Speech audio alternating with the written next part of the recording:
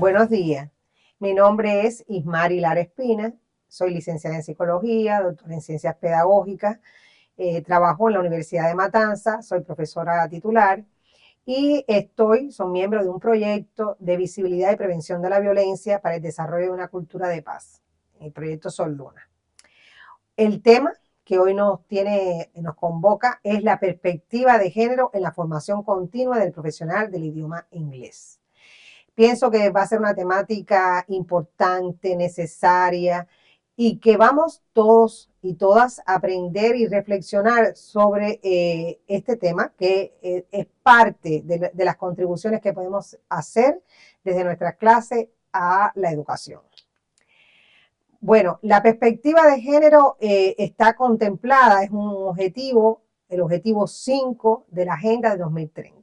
Recordemos que esta agenda aparece a partir de las 70 sesiones de la Asamblea de la Organización de las Naciones Unidas, en la cual se establecen estos objetivos para la sostenibilidad del planeta.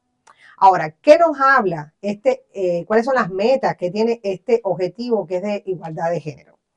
Las metas de este objetivo van encaminadas a eliminar la discriminación, la violencia de manera terminal hacia las mujeres y a las niñas, eliminar los matrimonios forzosos, la mutilación genital, que las mujeres tengan empoderamiento, que logren ser líderes y que puedan incluso tomar decisiones, que se les capacite, que se les respete sus derechos, que puedan aportar y fortalecer a toda la legislación y a las políticas que se establezcan para precisamente garantizar esta igualdad de género.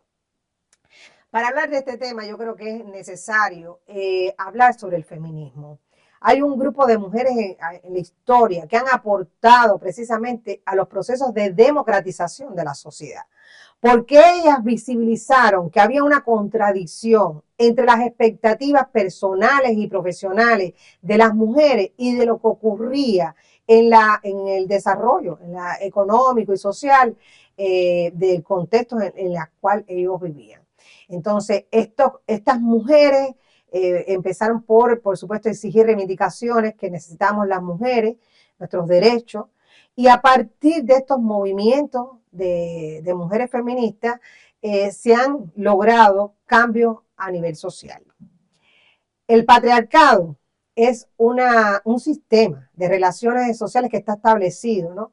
Que es político, económico, sexual, que están basados tanto en las instituciones públicas como las privadas, donde los varones de manera individual o de manera pública, colectiva, oprimen a las mujeres como sujetos individuales, pero también como sujetos colectivos, ¿no? Como grupos sociales, y se apropian de su fuerza productiva y reproductiva, de su cuerpo, de sus productos, a través o de métodos pacíficos o incluso a través de la violencia. Esta definición la ha dado el doctor González Pajes y me parece que es muy interesante, porque la categoría género funciona como una categoría de dominación, como mismo funciona la clase social, o la categoría raza.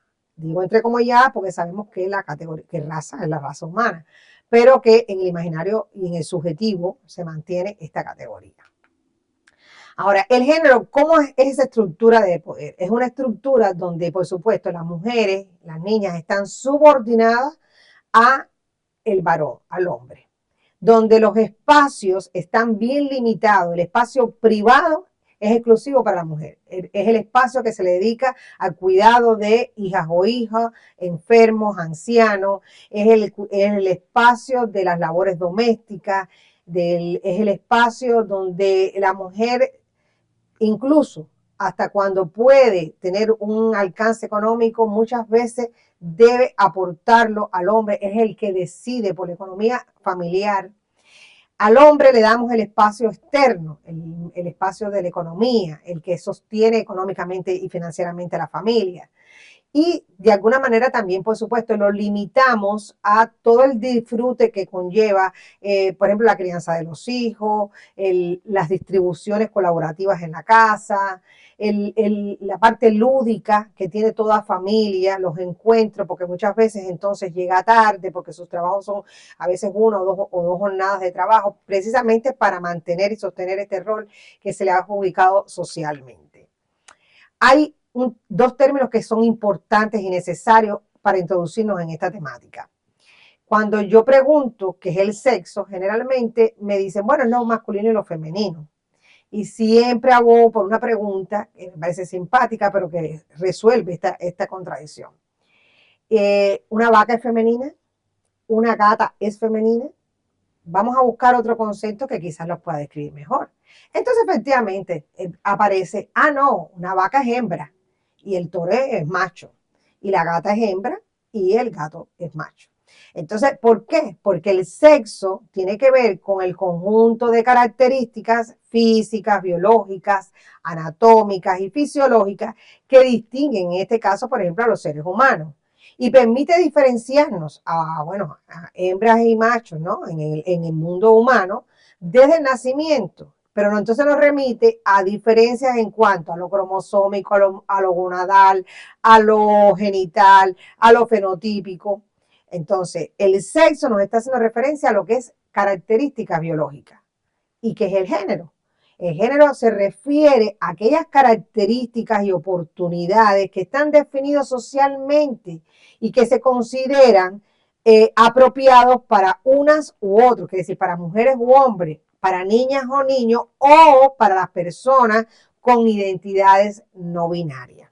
Es decir, estamos hablando de construcción y siempre pongo el cine. Si usted construye algo y esa construcción no le gustó o no fue efectiva que usted hace, deconstruye y vuelve a hacer de nuevo la pared. Es como si estuviéramos haciendo una nueva pared. Y es la convocatoria. Vamos a introducir esta perspectiva, vamos a educar con perspectiva de género, construyendo nuevas relaciones. Y para eso tenemos que ver cómo ocurre el proceso de socialización de género. En esta imagen que le presentamos, juguetes y cuentos de hadas.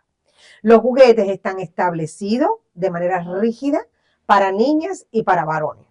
Las niñas juegan a las muñecas, las niñas juegan a la cocinita. Y yo pregunto, ¿y un varón no puede ser el papá de la muñeca? ¿No puede aprender a cambiar los culeros? ¿No puede darle la leche a su bebé? ¿Un varón no puede jugar a la cocinita? Y pasa lo mismo con las hembras. Las hembras no pueden jugar a los tractores, no puede haber una mujer mecánica, no puede haber una mujer que juegue a la pelota. Entonces, tenemos que repensar desde nuestras clases que cuando estamos mencionando, definiendo estos tipos de juguetes, ambos, hembras y varones, pueden hablar de estos juguetes y pueden decir que juegan con esos juguetes. Lo mismo ocurre con los cuentos de hadas. Siempre como se nos presentan a las princesas delicadas, amables, sensibles, y a los hombres valientes, superhéroes, los que nos ven, como decir, vencen todas las batallas, las que nos salvan.